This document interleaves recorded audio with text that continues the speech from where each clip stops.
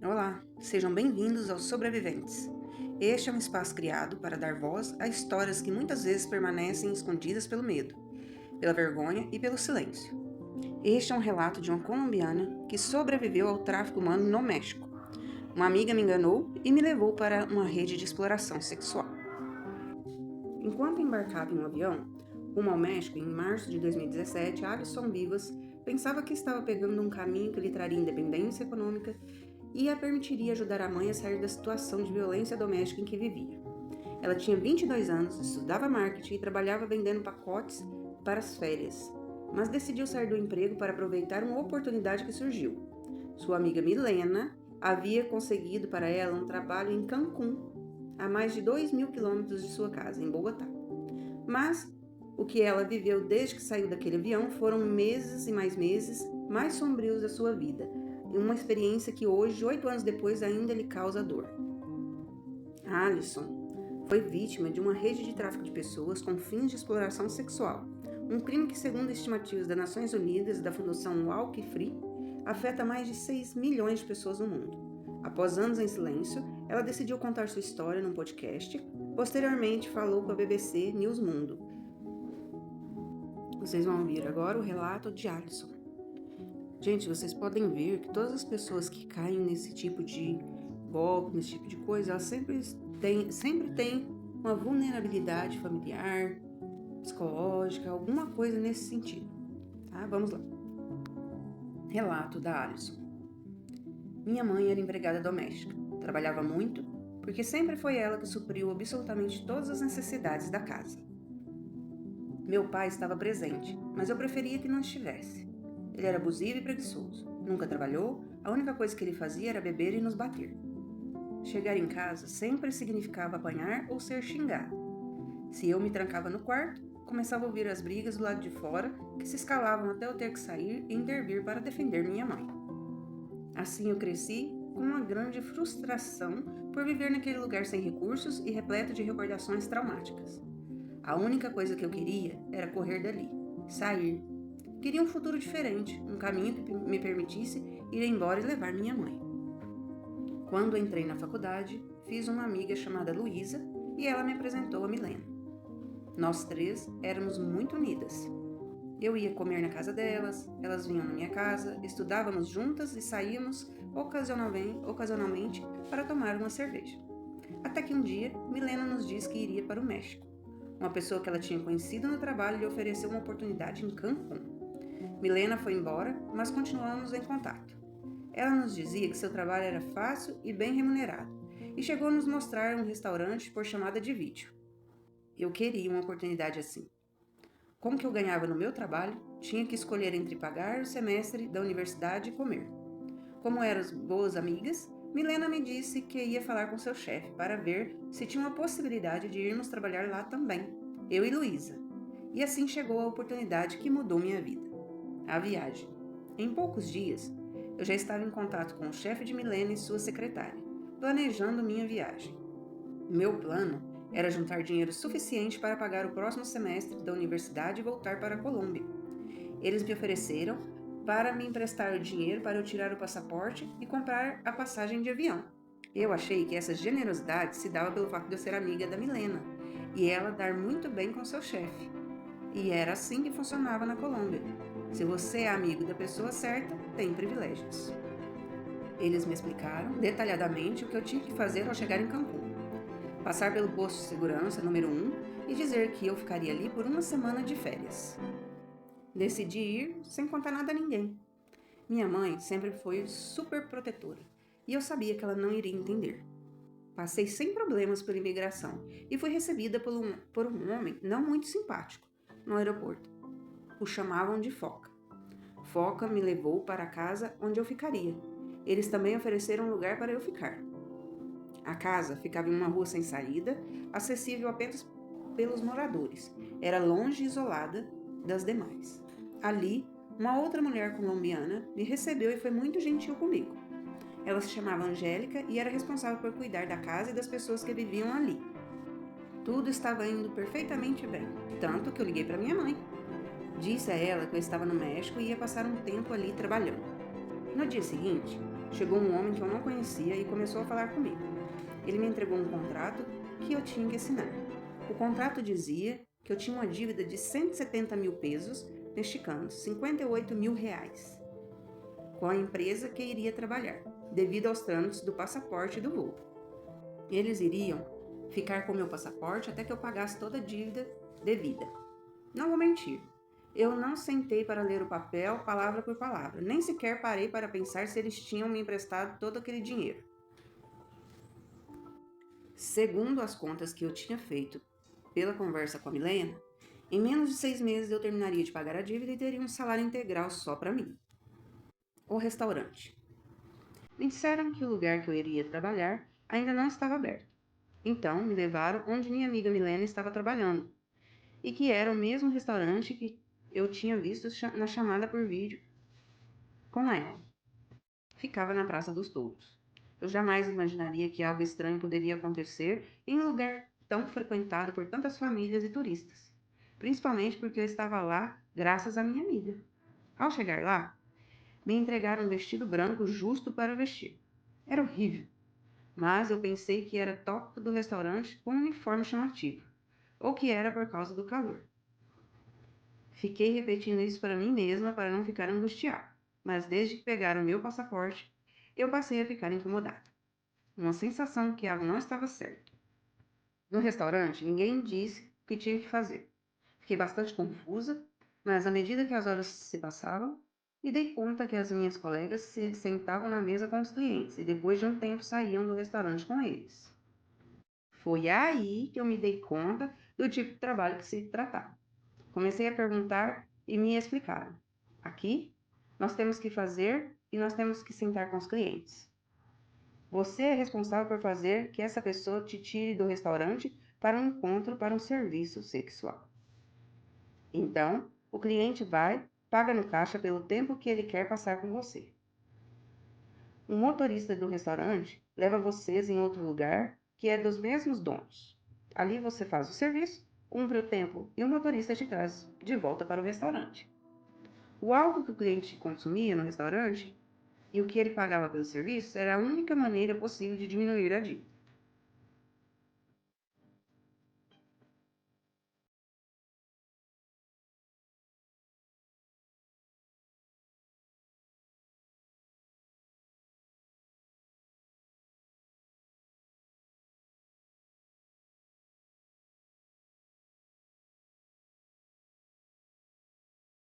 Fiquei em choque. Imediatamente tentei buscar uma saída.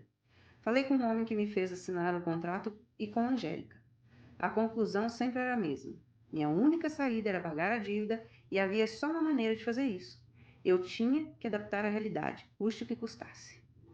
Quando me dei conta do que estava acontecendo, Milena, que eu acreditava ser minha amiga, parou de responder às minhas mensagens.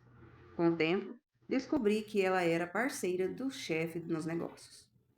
Também falei com Luísa, minha outra amiga, que ainda não tinha viajado para o México, mas já tinha as passagens compradas. Contei como funcionava tudo. Infelizmente, não consegui evitar que ela terminasse na mesma situação que eu semanas depois. Nunca fui capaz de contar à minha mãe o que estava acontecendo. O tempo todo eu dizia que estava bem. O medo. Tudo era friamente calculado. Antes mesmo de eu perceber que estava envolvida, eles já tinham se encarregado de me fazer medo e deixar claro que eu estava indefesa. Eles diziam: temos respaldo da polícia, essa pessoa que vigia a Praça dos Touros trabalha para nós, naquela casa vive fulano, naquela casa vive ciclano, e me disseram tudo isso para que eu soubesse que, se tentasse fugir, ia encontrar alguém deles a cada esquina. A quem eu poderia pedir ajuda se todos se conheciam? Se eu queria sair da casa para ir numa loja, tinha que chamar o Foca. Eles ligavam constantemente para Angélica para perguntar o que cada uma de nós estava fazendo. E ainda não tinha chegado a pior parte.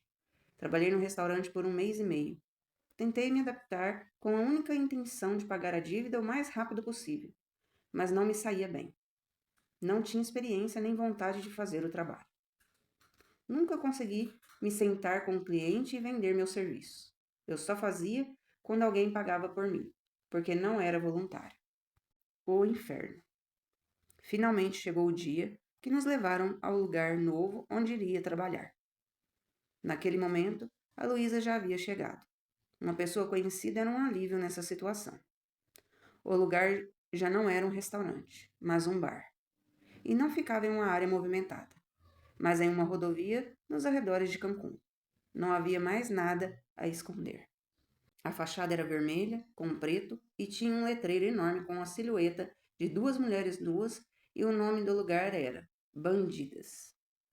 Se nas semanas anteriores eu havia passado o tempo todo chorando, minha sensação a partir daquele momento foi de desespero. Talvez, se eu tivesse entrado pela primeira vez à noite, com as luzes apagadas, não teria sido tão traumático. Mas eu vi tudo à luz do dia. A pista de dança, as luzes, os quartos, combinava perfeitamente com a ideia que eu tinha de um bordel. Dentro do bar, havia quartos para prestar os serviços. As mulheres tinham que fazer 2 ou 3 shows a cada noite, que consistia em dançar quase completamente nua em um poste de polidense. Eu nunca tinha dançado em público na minha vida, mas diante de tudo que eu tinha passado, eu não tinha escolha. Mesmo assim, em uma noite, o máximo que consegui descontar da dívida foram 500 pesos mexicanos, praticamente nada. Uma dívida que não mudava, não abaixava. Uma garrafa de champanhe valia 3.000 pesos mexicanos, R$ 780. Era a bebida mais cara. Todas de nós tentávamos fazer com que os clientes comprassem, porque significava reduzir a dívida em uma quantidade significativa. Mas o que havia dentro da garrafa não era champanhe. Era um líquido rosa gaseificado que se parecia com champanhe. Imagino que beber tanto daquilo me deu uma bactéria no estômago. Terminei hospitalizada por uma semana. Saí do hospital, somaram a dívida com tudo que eu tinha gastado comigo. Mais uma vez eu devia exatamente a mesma quantidade de quando cheguei. A ideia era nos manter escrava pelo máximo de tempo possível, e por isso a dívida, em vez de diminuir, aumentava cada vez mais. Se ficássemos doentes, tinha multa. Se ficássemos menstruadas, tinha multa. Se ficássemos bêbadas, tinha multa. As roupas que usávamos nos shows, a menos que um cliente decidisse pagar por nós, também era adicionada à dívida. Trabalhávamos absolutamente todos os dias, das 14, que era a hora de passar para nos pegar, até a madrugada. Depois de cada serviço, tínhamos que tomar banho, trocar de roupa e voltar para o bar. Muitas vezes, eu me sentia como se estivesse morrendo de nojo. Me sentia cansada, o corpo até doía. Se o gerente via que eu estava me sentindo mal, me oferecia uma tequila ou um êxtase. Várias das minhas amigas e colegas, incluindo a Luísa, tinham problemas de consumo. A única forma de conseguirmos um dia de folga era se algum dos clientes nos pagassem 8.000 pesos, cerca de R$ 2.000, em dinheiro que nunca chegou até nós. O resgate. Muitos trabalhadores da construção, pessoas com dinheiro de procedência duvidosa, ladrões, agiotas, frequentavam as bandidas. Alguns iam armados e punham a arma em cima da mesa. Nós tínhamos que fingir que não víamos aquilo, ainda que fosse a nossa vida que estivesse em risco. Em uma ocasião, um cliente pagou para levar 3 meninas e elas ficaram 6 dias desaparecidas. Quando voltaram, tinha apanhado e uma tatuagem de um tipo de arma escrito "Viva o México". Soubemos que um médico constatou que elas tinham sido estupradas, mas elas nunca quiseram contar o que havia acontecido. Nunca deixei de sentir medo e nojo, mas em determinado momento aquilo virou um hábito. Eu sabia que tinha que fazer o que fazia. Então, em uma noite como qualquer outra, eu estava dançando quando, de repente, as luzes se apagaram e vi entrar um grupo de homens armados e encapuzados. Um deles olhou para mim e disse: "Vista-se". Entrei em pânico. Corri para o camarim, vesti a primeira roupa que encontrei e quando voltei, todas as minhas colegas já estavam em uma fila, por ordem dos homens armados. Ninguém sabia quem eram e nem o que estava acontecendo. "Qual o seu nome? De onde você é?" Perguntaram uma por uma, fizeram entregar nossos pertences. Depois de alguns minutos, nos disseram que eram autoridades mexicanas e que aquilo tratava-se de um resgate. Um ônibus enorme chegou para nos buscar. Não sabíamos onde estávamos indo até chegar à delegacia. Éramos 35 mulheres. Nos fecharam em uma sala, todas juntas, onde o calor passava de 40 graus. Não ligaram o ventilador nem nos deixaram tomar água. Nenhuma de nós estava vestida de forma confortável. Chamaram uma por uma para prestar depoimento. Nesse momento, não estava claro que se tratava de um resgate ou se tínhamos nos metido em algum problema. Até que vimos pelo vidro o Foca e o gerente do bar passarem algemados. A deportação. Da delegacia de polícia, me levaram para o centro migratório. Ali eu fiquei por 12 dias dormindo em uma cela enquanto esperava para ser deportado. Finalmente me colocaram em um avião, junto com outras colombianas. Não sei se todas foram deportadas da mesma forma, mas foi uma experiência cruel e humilhante. Não era um avião normal. Os assentos ficavam todos encostados na parede. Estávamos sentadas lá ainda com as roupas que tínhamos do bar, sendo vigiadas por policiais armados. Quando saímos do avião, em Bogotá, havia muitos jornalistas com câmeras. Tentei cobrir meu rosto, não por mim, mas pela minha família. Quando cheguei em casa, minha mãe não perguntou nada. Foi um assunto que permaneceu em silêncio até poucos meses atrás, quando decidi contar minha história publicamente. 8 anos se passaram e minha conclusão é que a dor nunca passa. Nunca. E piora quando vejo a grande impunidade que esse tipo de crime tem. Decidi falar porque sei que há muitas pessoas que estão a ponto de tomar uma decisão que podem levá-las ao inferno que vivi. O tráfico de pessoas existe em todo o mundo e não se limita à exploração sexual. As pessoas acreditam que a escravidão acabou há muito tempo, mas não acabou. Apenas vendem de forma mais vantajosa. Meus amigos, graças a Deus, a Alison reconstruiu a vida, teve filho, casou. Agora ela produz tecidos africanos para a sua própria empresa, Menta e Pomelo, o nome da empresa. Hoje, graças a Deus, a Alison reconstruiu a vida, teve filho. Agora ela produz tecidos africanos para a sua própria empresa. O canal Sobreviventes não está aqui para julgar. Está para informar e conscientizar e mostrar que ninguém deve ser definido pelo que sofreu. Acreditamos que, ao falar, contar as histórias, podemos ajudar a quebrar ciclos de violência e compartilhar informação que pode ajudar alguém a reconhecer antes sinais de abuso e buscar ajuda. Este canal é dedicado a todos aqueles que encontraram forças para continuar. Muito obrigada!